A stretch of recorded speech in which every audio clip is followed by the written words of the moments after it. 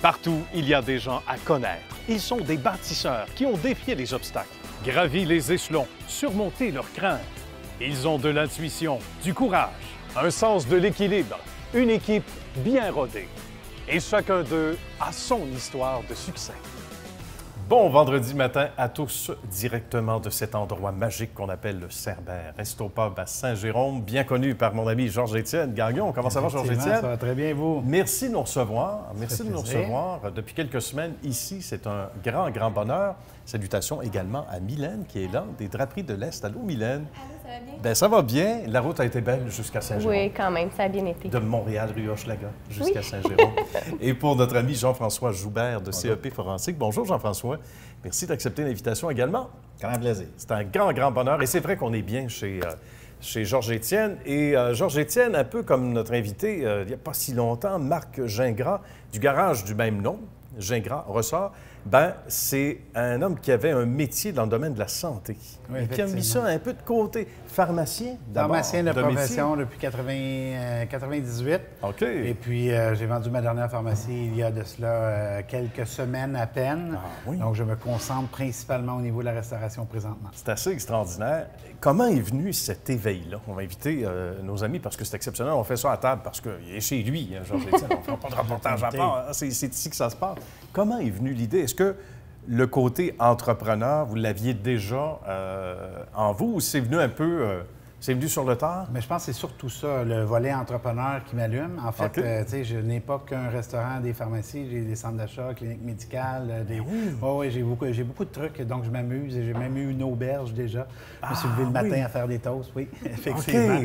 Donc, c'est vraiment plus les nouvelles idées, les nouvelles façons de faire. En fait, je me suis toujours intéressé à l'opérationnalisation puis l'optimisation de l'opérationnalisation. Bien. Donc, j'avais un de mes amis, mon partenaire en affaires ici, qui est M. Yann Garceau. OK. Et on discutait souvent, on est des amateurs de bière, puis Bon. il y a une grosse vague de microbrasseries qui existe. C'est vrai. Mais nous, on a décidé d'y aller un petit peu à côté, puis d'y aller plutôt avec des bières du monde. Donc, on a 120 sortes de bières importées ici. On fait de l'importation privée d'un peu partout dans le monde. Là. Oui, Donc, oui, on amène ici pour offrir une offre complémentaire à ce qui est déjà sur le marché. C'est beaucoup plus raffiné. Et ça, on travaille là-dessus aussi depuis quelques années dans le domaine. Mais on sent que c'est plus raffiné. Les goûts changent. Les gens veulent goûter davantage de bière. C'est surtout la qualité plutôt que la quantité. Oui, Ce aussi. qu'on remarque, là, de façon générale, dans les statistiques, les gens boivent mieux. Hein, et les règles sont beaucoup plus importantes, surtout pour les jeunes et tout ça. Donc, les gens préfèrent prendre une ou deux consommations, mais des consommations de qualité, de boire sur tout un repas, là, justement, avec des découvertes qu'on a en bas ici. Là. Comme amateur de bière, Georges-Étienne, ça a été quoi la première importation? Le premier coup de cœur? Juste pour le fun. Juste pour être aiguillé un peu. Ce qui m'a fait découvrir, là, moi, c'est plus les bières anglaises. J'aimais beaucoup OK. le petit volet caramel, les bières plus brunes un petit peu. Entre autres, les bières d'entrée, là, comme la Newcastle et tout ça. Évidemment, j'ai changé mes goûts. Puis, Oui, ça avec s'est le temps. raffiné. D'ailleurs, c'est pas parce que je vends des bières importées que je ne bois pas de bière québécoise. Il y a d'excellents produits qui se font ici. tout à fait. Et même parmi les meilleurs au monde. Mais c'est juste qu'on a choisi un créneau qui était plus complémentaire un petit peu. Et qui est différent, qui nous amène à nous différencier de la compétition. Je disais en entrant ici, pour la première fois, ça me fait penser à ces pubs irlandais, si chaleureux, qu'on retrouve entre autres dans la région de Boston. C'est très Nouvelle-Angleterre en même temps. Puis, du même coup, où on dirait, du même souffle, il y a une touche qui est très personnalisée. C'est avec le temps qu'on s'est défini une niche, Georges-Étienne, ou c'est avec certaines contributions, on s'est fait un dessin ou le plan de match était déjà clair au début? Non, mais en fait, c'est sûr que c'est évolutif, mais Oui. c'est dans le nom. Hein. Resto Pub, un pub, c'est un public house. Donc, Voilà. c'est une maison où les gens viennent apporter un petit peu de leur intérêt. Il y a des gens qui nous amènent des décorations. C'est vrai. On s'en va se caractériser en fonction là, de l'intérêt des gens, justement. Il y a des artistes qui viennent faire ici des vernissages. On présente des ouvertures de disques. Il y a des livres qui sont lancés ici. Donc, c'est vraiment un lieu public où les artistes viennent faire des présentations, puis on leur offre le support technique et tout ça. Donc, ça permet de faire des beaux parties. C'est une magie magique. C'est ça l'idée aussi. Hein? C'est festif, il faut avoir du fun, il faut avoir du plaisir. Et Georges-Étienne, j'imagine, on disait dans le métier précédent, je ne dis pas qu'on n'avait pas de plaisir, mais c'était quelque chose qu'on gardait en tête, de dire, bien, regarde, moi, je peux diversifier un peu ma vie professionnelle et j'ai le goût de faire autre chose. Donc, un bon vieux rêve, finalement, qui se réalise. Mais c'est à se travers faire d'autres. plaisir un peu. Tu sais, Oui. j'ai toujours donné beaucoup de conférences, j'ai été dans les médias et tout ça. Oui. Et donc, d'avoir un restaurant, ça me permettait de présenter mes conférences ici. C'est vrai. De pharmaciens. Donc, OK. on donne des conférences avec différentes compagnies pharmaceutiques. On reçoit des gens, bon, et tout ça. Mm-hmm. Mais je dois vous avouer que le volet gestion, que ce soit en pharmacie ou que ce soit au niveau de la restauration, de mon côté, ça se ressemble beaucoup. Mm-hmm. OK. On décortique les étapes qui doivent se faire, on les optimise, puis on est capable de donner un rendu qui est efficace. La personne qui s'occupe de l'opérationnalisation, c'est beaucoup plus Yann Garceau, mon partenaire d'affaires. OK. C'est lui qui est là jusqu'à 3 heures du matin avec le Ah grand oui. sourire, OK. puis qui fait danser C'est le monde. Je ne sais pas si j'aurais l'étoffe ou en OK. fait la force Pour de l'énergie, faire la ouais, même chose c'est que ça. lui. Ouais, c'est C'est ça. assez exceptionnel. Et c'est là que vous êtes très, très, très complémentaires. Tout à Et fait. C'est obligatoire, en fait. Mais oui. Moi seul, ça serait impossible pour moi d'avoir ce site-ci. Ça prend absolument mon partenaire Yann pour avoir un effet complémentaire, justement. Et c'est le mélange ou l'apport du culturel dans ça qui me plaît aussi beaucoup et qui plaît sans doute à nos autres invités, qu'on va inviter justement à notre tour à se lancer dans la danse, inspiré par les propos de Georges-Étienne. Mylène, une question? J'aime beaucoup, beaucoup le décor. Je le trouve incroyable. Je me demandais d'où venait tout ça, les mobiliers, les choses qu'on voit sur les murs. C'est Il y a du vraiment travail, beau. hein? Oui. Écoute, on n'a pas fait l'inventaire, mais c'est certain que sur les murs, on a plus d'1 millier d'objets différents, différentes point-là. collections qui viennent beaucoup des achats sur Internet. Il y en a, c'est de la clientèle qui nous ont apporté des choses. Principalement le mobilier, tout ce qui donne le volet un petit peu de pomme. J'ai un ami qui voyage beaucoup dans le monde, puis un jour, il est arrivé en Indonésie dans un village d'ébénistes et il a engagé le village pour moi. Il a dit, écoute, je vais les faire faire tes meubles ici. oui. Wow. Donc, pendant 6 mois de temps, on a engagé ce village-là qui a sculpté toutes les tables avec tout ce qu'on appelle le linley, là, donc des marqueteries qui sont mises à l'intérieur des pièces, les sculptures. Donc, on a fait de l'importation là, par bateau. On a amené des containers de meubles qui ont été faits exprès pour la place. C'est assez colossal. On peut dire qu'on a loué une partie de l'Indonésie. Pas acheté Wow, encore, une partie du éventuellement. village pour une partie couple de du mois. village. Il était content, par exemple, Ben, parce que c'est un beau j'imagine. projet là, Tout pour à l'ensemble fait, de tout à fait. la communauté qui était là-bas. Et ça fait travailler Ouais. du monde, c'est magnifique. Et comme quoi, il faut se retrousser les manches, hein, au sens propre et figuré, et dire on va prendre les moyens pour le faire. On va aller chercher quelque chose qui est unique, et c'est pour ça que c'est si unique ici, entre autres également. Jean-François, maintenant. Bien, moi, ma première question qui venait à l'esprit, c'est de pharmacien à restaurateur, mais je pense que la question a déjà été posée, donc je vais en poser Bien, un certainement. autre. Je remarque que l'énergie extraordinaire qu'il semble avoir, est-ce qu'elle vient de pilules du pharmacien ou de la bière c'est bon, du ça. restaurateur? Non, c'est l'inverse. C'est l'inverse? Pas du tout. Non, pas du tout. Mais je suis un idéateur, c'est certain. Tu sais, c'est de créer quelque chose de nouveau, de le réfléchir, c'est ça qui m'allume.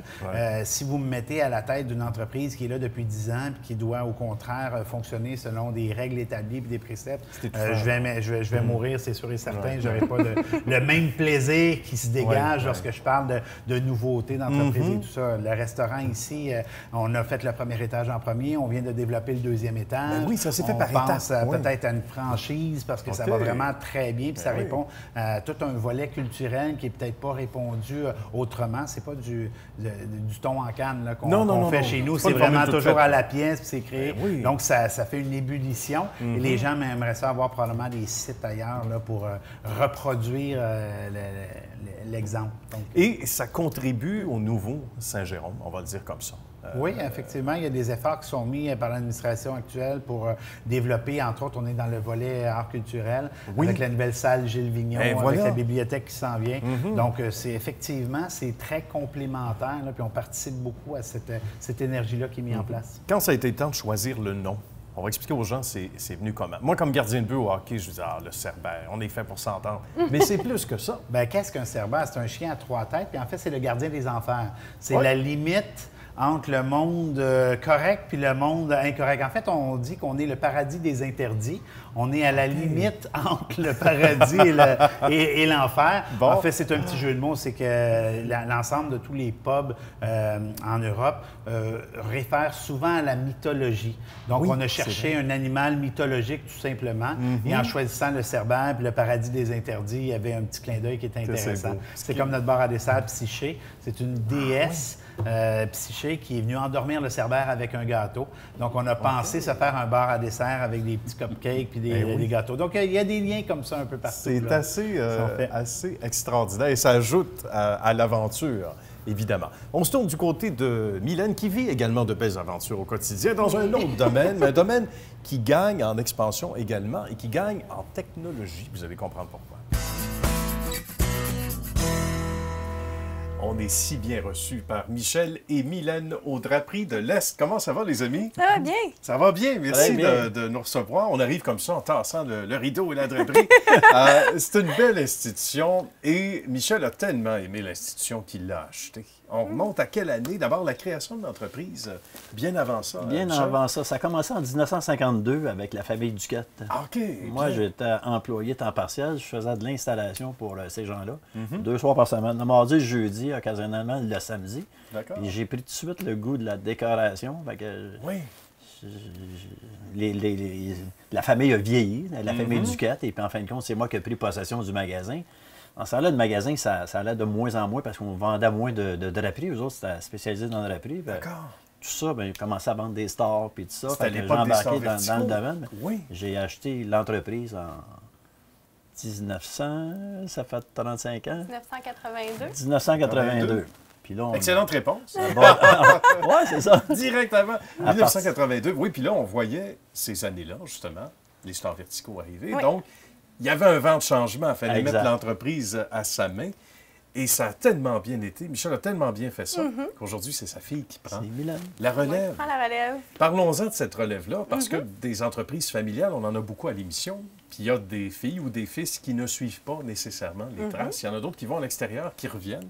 Pour Mylène, ça s'est passé comment? La grande réflexion, La est-ce que grande je prends les rênes? réflexion, c'est très, très différent, en fait, de ce Ouais. qu'on peut imaginer, parce qu'au départ, je ne voulais pas prendre l'entreprise. OK. Je voulais faire d'autres choses. J'ai étudié en design de mode.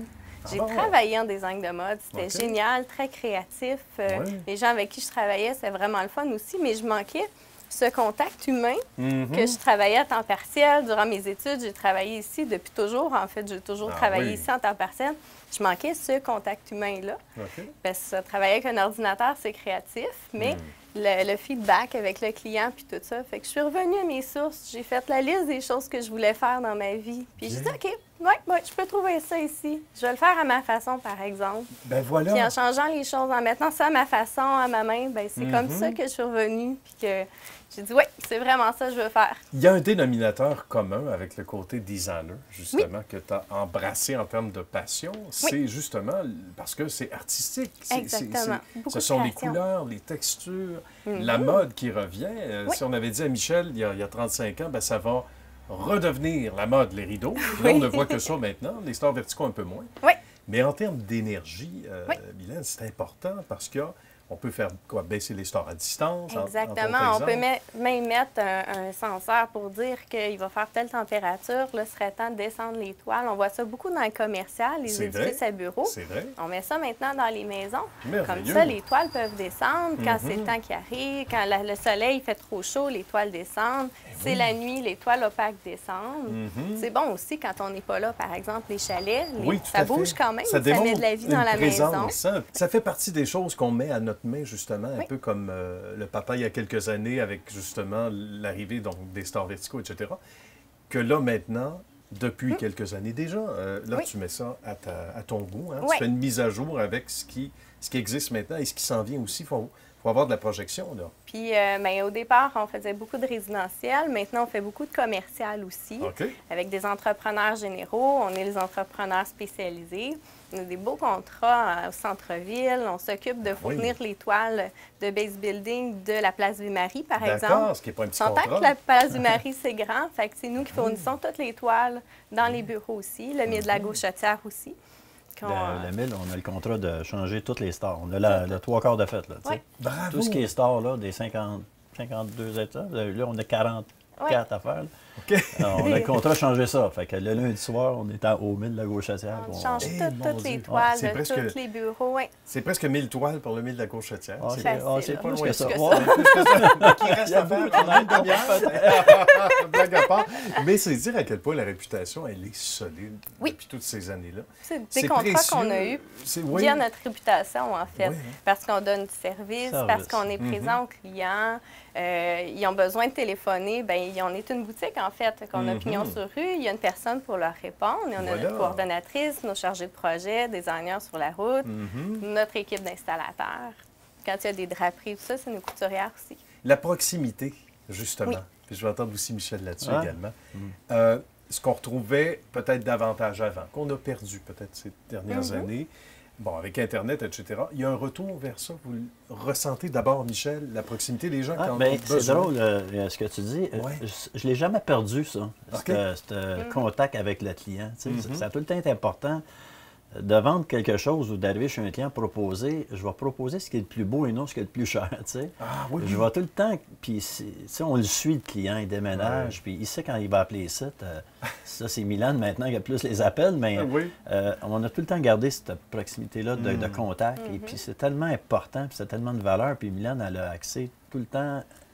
Ce qu'elle a fait ressortir quand elle a pris le magasin, elle a dit moi, c'est ça que je veux. Puis c'est ce que j'avais à continuer à mes... Les fondations. Les fondations, tu sais. Fait que, Base que tu as établie. Fait que nous, on est là pour conseiller le client, rendre la maison confortable. Des fois, il y a beaucoup de soleil, il fait très chaud à l'intérieur. L'air climatique ne fournit pas ou ça décolore les meubles. Fait qu'on met le bon produit au bon endroit pour la bonne grandeur. Oui. Qu'est-ce qu'on peut demander de mieux à la vie, les amis? Hein? Sinon... J'ajouterais le résultat de notre équipe. Tu sais, on a tous des gens qui restent longtemps, d'expérience. Ben oui, ça Notre joue, installateur qui est à nous, depuis ça fait 25 ans, 26 ans, je dis tout le temps. OK. Joanne, à l'administration, Coordonnatrice. tu sais, c'est comme plus de 10 ans, on a été chargé de projet, tu sais, fait que le résultat, les téléphones qu'on a des clients qui nous remercient puis qu'on trouve tout ça ailleurs, c'est comme On valorisant. Très travaille valorisant, aussi longtemps pour que le client soit satisfait. À la fin, c'est ça notre réputation, en fait. Puis c'est pour ça que les gens nous réfèrent. C'est parce qu'on travaille jusqu'à ce que le client soit satisfait et que ce soit comme on souhaitait l'avoir. Vous savez pourquoi maintenant. On est venu ici avec Histoire de succès, c'est certain. Mylène, ça a été un grand bonheur. Merci beaucoup, Michel. Merci. Et bonne continuité, évidemment. Merci beaucoup. À bientôt. Jean-François, sa question maintenant pour Mylène. Des produits sur mesure, ça correspond à combien de pourcentage de votre chiffre d'affaires ou de On fait volume? des produits sur mesure, en fait. Ça a beaucoup d'avantages parce qu'il n'y a aucune fenêtre qui est standard, en fait. Il n'y a aucune pièce qui est standard, puis il n'y a aucun client qui est standard. Chaque client est unique. Donc, ça nous donne beaucoup plus de choix. Ça nous permet d'avoir exactement la bonne couleur qu'on cherche, exactement le bon style qu'on cherche. On peut aller chercher aussi différents budgets de cette façon-là. Ça nous permet, par exemple, d'avoir un rideau qui va arriver exactement à la bonne hauteur, proche du sol ou à la bonne hauteur en hauteur. Ou si on va encastrer un star à l'intérieur. Ça amène beaucoup d'avantages. Meilleure qualité en même temps. Ça nous permet de pouvoir laver un rideau qui soit beau encore quand on va le réinstaller.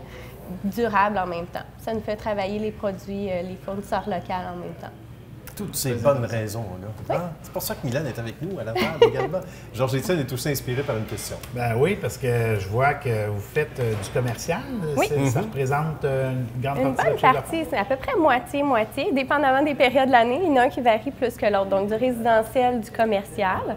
Du commercial, des fois, par exemple, quand une entreprise s'installe, surtout au centre-ville de Montréal, qu'on en fait, va s'installer sur un étage au complet d'un édifice. On va soit travailler directement avec le client, avec designers, architectes, ou avec un entrepreneur général. On va faire des soumissions sur des appels d'offres. Donc, encore là, sur mesure vient s'ajouter. Jean-François travaille également dans un domaine fascinant. Il a bâti une très belle entreprise qu'on a visitée également au cours des derniers jours.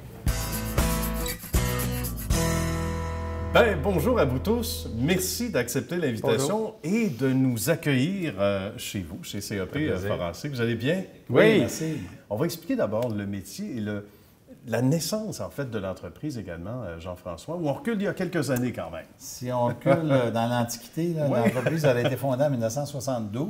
Moi, je me suis joint à cette entreprise-là en 1979. Bien. J'étais le numéro 3. OK. Alors, j'ai réacheté l'entreprise du propriétaire existant à l'époque en 1984. Bien. Et là, je suis ici depuis ce temps-là. Moi, je suis ingénieur en électricité de base. Et la firme, à l'époque, se spécialisait surtout au niveau des défaillances électriques. D'accord. Donc, on recevait à l'occasion des appels et surtout aussi au niveau de la protection contre la foudre et la protection des équipements et des personnes. Bien. Et tranquillement, le monde des assurances a fait appel à nos services pour trouver les causes de bris, les causes d'incendie Et à partir de là, ça a fait boule de neige à travers les années pour devenir aujourd'hui CEP forensique. C'est assez particulier. Vous avez tous un rôle, évidemment, vous comme chef de la direction, Jean-François, mais évidemment, vous avez tous un rôle propre, un rôle particulier. Et puis, on va vous inviter à vous joindre à la conversation également. Quand on pense à une journée type, on disait, il n'y a pas trop de routine chez vous, même dans votre département, parce qu'évidemment, vous avez une expertise qui remonte à plusieurs années quand même. Là. Effectivement, moi, ça fait 36 ans que je suis ici. Je suis arrivé en 82. Évidemment, la journée type, je dirais, il n'y en a pas. C'est la beauté de cette entreprise. Ouais. On ne sait jamais à quoi s'attendre. On peut arriver ici et dire, bon, ben OK, j'ai des rapports d'expertise à écrire. Le lendemain ou une heure après, tu es parti. Puis généralement, c'est à l'intérieur de 24 heures. D'accord. Donc, on le disait, pas de routine, on s'ajuste rapidement. On est en même temps à la merci du moindre coup de fil. Il faut arriver soi-même et, avec l'expertise qu'on a, justement, intervenir rapidement. Et on n'a pas une semaine pour le faire. Il faut le faire rapidement. Non, ben c'est un peu comme Claude le disait. C'est ce qui rend les choses intéressantes. Oui. On a 8-9 bureaux à travers le pays maintenant, donc on traite autant en anglais qu'en français. C'est un rêve de longue date. Moi, je suis genou aussi. OK. C'est un rêve on l'avait deviné. C'était un rêve de longue date de Jean-François. Donc, oui, il y a toujours un peu un sentiment d'urgence.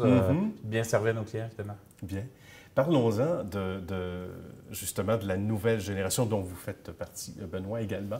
Ça peut être très intéressant, on le disait, donc très excitant pour un jeune, peut-être un moins jeune, de faire carrière dans votre secteur d'activité et de faire carrière ici aussi, Jean-François? Bien, maintenant, on a 63 ingénieurs à travers le Canada qui sont spécialisés à faire ce que nous autres on fait. Bien. À travers tout de Moncton jusqu'à Vancouver. Puis ce qu'on remarque, c'est des passionnés, c'est sûr. Oui. Donc, les gens qui arrivent dans ce domaine-là deviennent rapidement passionnés. OK. Parce qu'il n'y a pas de fin, c'est toujours... il y a toujours des surprises, il y a toujours des choses qui ont brisé. Pourquoi ça a brisé? Oui. Donc, la recherche de la cause, les circonstances, l'enquête quant à ça. Toutes les conséquences aussi qui sont reliées avec ça, parce que des fois, alentour de ça, il y a des drames humains aussi en même temps. Ben oui. Donc, nos gens doivent aussi être empathiques lorsqu'on fait notre enquête. Mais s'il y a des jeunes passionnés qui cherchent des défis, on est à la bonne place. On le disait, au risque de se répéter, il n'y a pas de routine, mais c'est probablement ce que les gens vous disent quand ils embrassent une carrière dans votre secteur d'activité. Travailler avec vous autres, ça a l'air tellement sympathique aussi et très agréable, j'en doute pas, et c'est sincère. Bien, messieurs, ça a été un grand bonheur de venir vous visiter et on se tourne du côté de deux personnes que vous connaissez bien. On les a rencontrées un peu plus tôt. À nouveau, merci à vous trois. Merci. Merci. À bientôt. Comment ça va, les amis? Ça va bien? Alors, Clément et Isabelle qui sont avec nous. Bonjour. Merci d'accepter l'invitation. Votre emploi, c'est du sérieux, mais je ne suis pas le premier à vous dire ça ressemble à CSR. Ça doit être très intéressant quand on commence dans ce domaine-là. Oui, bien, effectivement, c'est un domaine qui n'est pas usuel en ingénierie. Donc, c'est dans les sciences. On recrute des ingénieurs parce que la formation, justement, scientifique aide à analyser les problèmes d'un point de vue objectif, scientifique. Et puis, on touche à différents domaines. Premièrement, on a commencé l'entreprise avec l'incendie il y a plusieurs années. Donc, tout ce qui est des techniques d'investigation d'incendie, en se basant, bien sûr, sur la science, les observations, des prélèvements, des analyses, comportement de système électrique. Les assureurs veulent une enquête technique pour établir les causes réelles d'un sinistre. Et advenant un litige, donc parfois, bien, là, ça va mal, s'il n'y a pas de règlement, mais ça peut aller en cours. Donc, le but de notre travail, c'est de monter un dossier et si jamais on doit aller en cours, bien, d'être capable de le présenter devant le juge comme témoin expert. On voit qu'il y a tout un bagage derrière, il y a toute une expertise. On n'en est pas à nos premiers examens, là. Effectivement, il y a toute une expertise qui ne s'apprend pas nécessairement à l'école. C'est-à-dire que pour faire le métier et pour exceller, parce que je dois vous dire que les gens doivent être passionnés pour faire ce type de métier-là.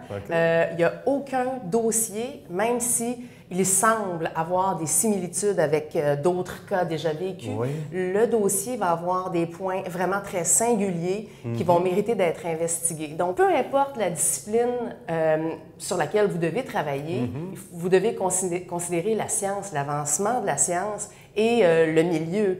Donc, les nouveaux matériaux qui arrivent de partout, les nouvelles découvertes font en sorte que les gens doivent faire des recherches, doivent se tenir au courant, se tenir informés et doivent appliquer les nouveaux principes qui sont, disons, reliés à ces nouveaux matériaux-là dans l'investigation au quotidien d'une scène, que ce soit d'incendie, d'ingénierie civile, d'ingénierie mécanique. Et de là, donc, comme Clément disait, l'importance de la caractérisation des métaux, c'est-à-dire comprendre leur comportement, ou des matériaux en général, parce que nous, on n'œuvre pas dans un milieu où tout est beau et il n'y a aucun problème. Non, au contraire. On est seulement appelé s'il y a un problème. Bien, justement. Et c'est là qu'on doit cerner le problème et analyser l'ensemble des matériaux qui nous entourent et qui entourent la scène en question. Tout ça est fascinant. Alors, si on comprend bien, tous ceux qui n'aiment pas la routine et qui aiment au contraire et qui souhaitent adopter ou embrasser un métier où l'action ne manque pas, c'est assez particulier. Et évidemment, chaque scène est unique, on le disait tantôt, peu importe évidemment ce qu'on a vécu. Le degré de chaleur, c'est un incendie, les matériaux, etc. Merci à vous, Isabelle et Clément, ça a été un bonheur. Ça me donne le goût de faire le saut pour venir travailler avec vous. Merci. Merci beaucoup. À bientôt. Mylène, dans sa question maintenant pour Jean-François. Oui. Bien, dans votre nom, il y a le terme forensique. J'aimerais savoir c'est quoi exactement?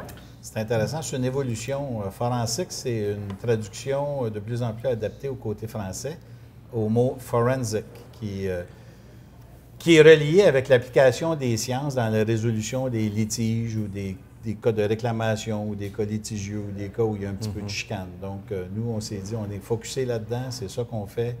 Donc, on fait de l'ingénierie, mais exclusivement reliée à l'entour d'accidents ou d'événements ou de contentieux. On ne fait aucune conception ou travaux d'ingénierie, je dirais, normaux. On est toujours relié avec quelque chose qui a brisé, qui a fait défaut, qui a causé des blessures et dans lesquels il peut y avoir des contentieux. D'accord. Donc, je vois qu'il y a beaucoup de suivi, mais contrairement à moi, vous semblez quand même stable là, dans votre organisation. C'est stable. C'est pour passer 40 ans dans le même domaine, qu'est-ce que ça prend exactement? Bien, exactement. Alors, ça prend au tout début, parce que j'ai commencé là-dedans en 1979, moi personnellement. On était 3, maintenant on est rendu 105 à travers le Canada. Mais dans ces éléments-là, je pense que ça prend surtout ce qui m'a animé depuis le début, c'était une vision de trouver une niche puis de devenir une compagnie nationale. C'était une passion, parce que sans passion, vraiment impossible. Puis ça prend une détermination pas mal forte pour passer à travers tout ce temps-là, à travers toutes les épreuves et les étapes. Fait que la recette, c'est ça, je pense. C'est très bien dit. C'est là aussi inspirant. Mais vous avez tous des parcours inspirants, des amis. Merci beaucoup d'avoir accepté l'invitation et merci une fois de plus à Georges Étienne de nous recevoir ces semaines-ci. Et d'ailleurs, à tout seigneur, tout honneur, le site web du Cerbère. Si vous venez nous voir, lecerbère.com, vous allez pouvoir voir les spectacles, les menus et tout ça qui peut vous intéresser. Certainement. Et de la bonne bière, comme disait l'ami Régent. Voilà. On salue s'il est à l'écoute. Mylène. Draperie de l'Est, D-R-A-P-E-R-I-E-S. Le S est important, de l'Est.com. Très bien. Et Jean-François Joubert Le pour site web, présentement, parce qu'on vient de faire l'acquisition d'une compagnie dans l'Ouest qui s'appelait Sintra Engineering, c'est cep-sintra.ca. Très bien. Bien, merci beaucoup à vous trois, une fois de plus, d'avoir fait Histoire de succès. Merci à la belle équipe d'Histoire de succès également. Et à vous, chers amis, d'avoir été là. On se retrouve la semaine prochaine.